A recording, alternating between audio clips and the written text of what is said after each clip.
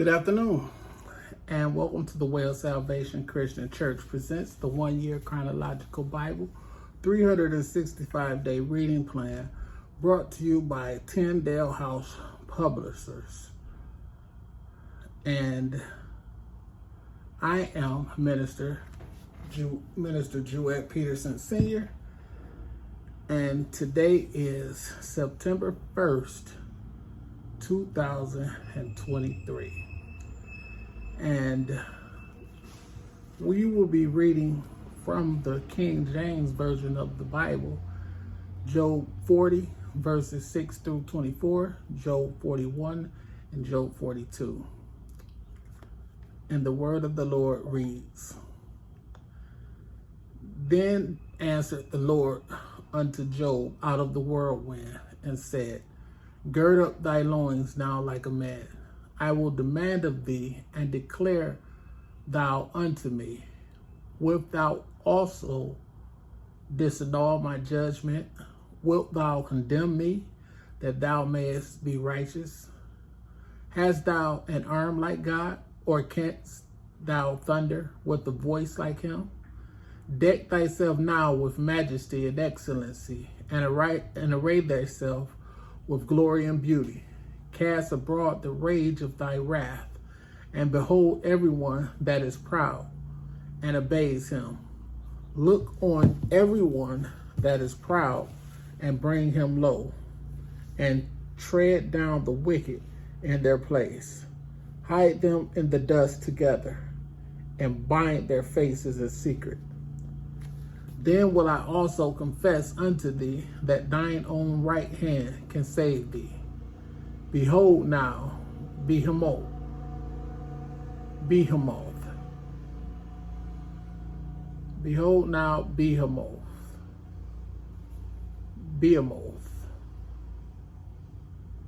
which I made with thee.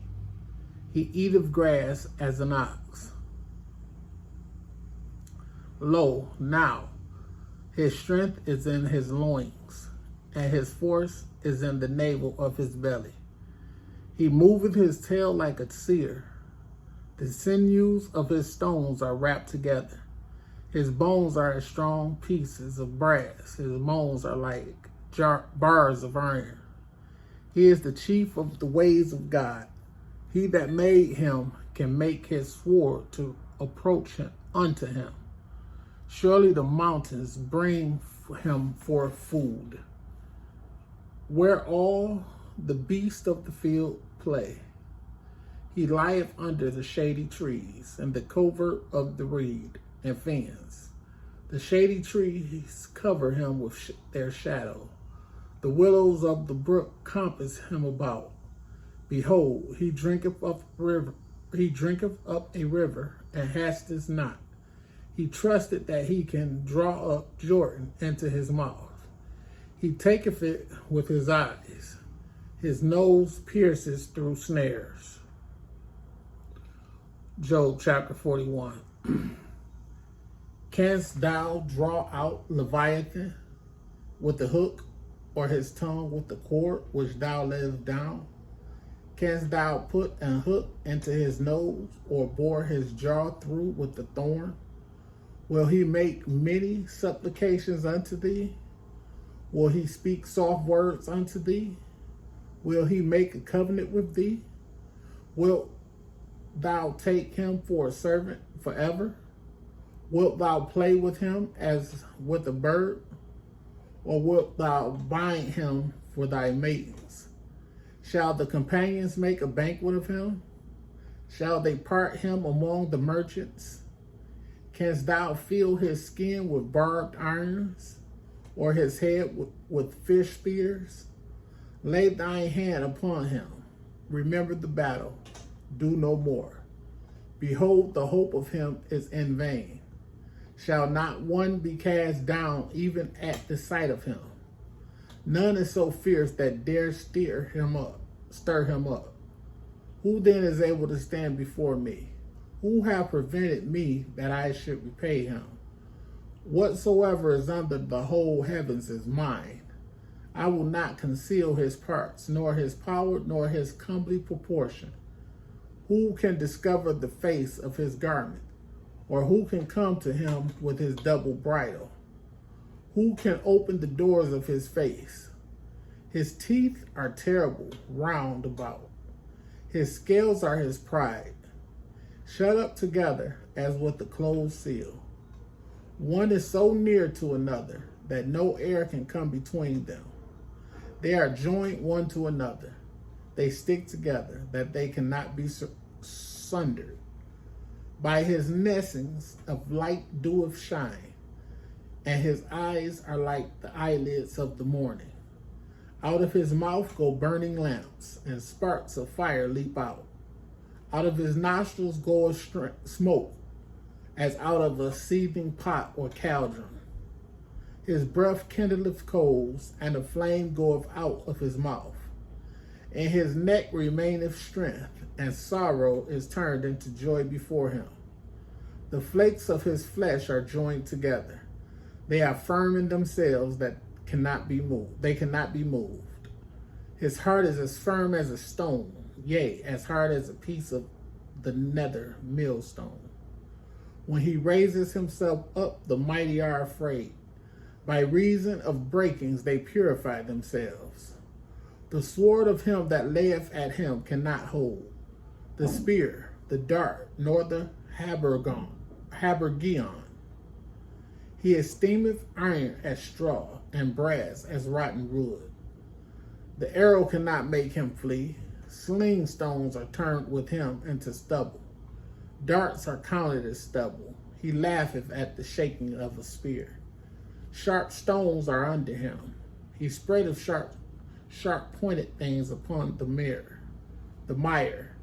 He maketh the deep to boil like a pot.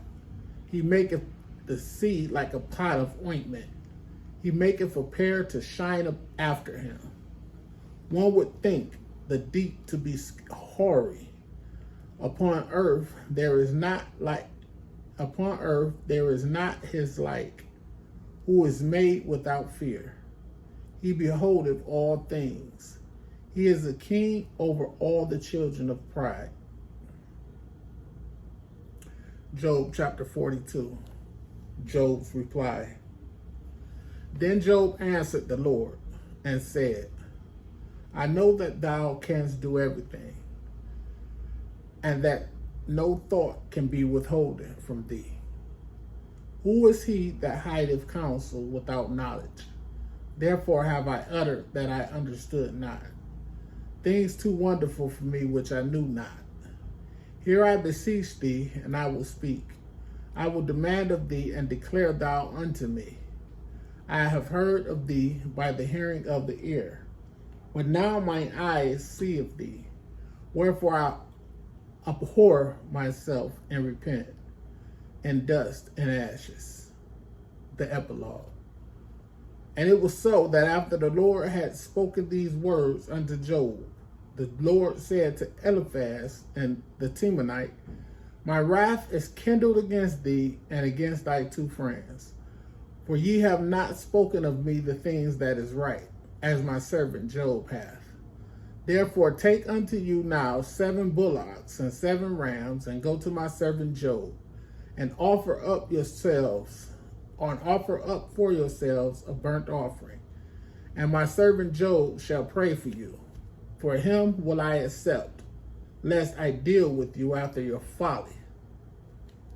And that ye have not spoken of me the thing which is right, like my servant Job. So Eliphaz the Temanite, and Bildad the Shuhite, and Zophar the Naamanite went and did according as the Lord commanded them. The Lord also accepted Job, and the Lord turned the captivity of Job when he prayed for his friends.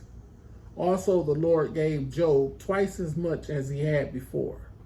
Then came there unto him all his brethren, and all his sisters, and all they that had been of his acquaintances before, and did eat bread with him in his house.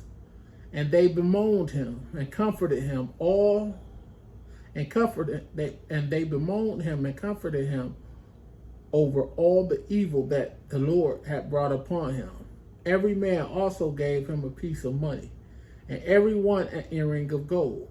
So the Lord blessed the latter end of Job more than his beginning, for he had 14,000 sheep, and 6,000 camels, and 1,000 yoke of oxen, and 1,000 she-asses.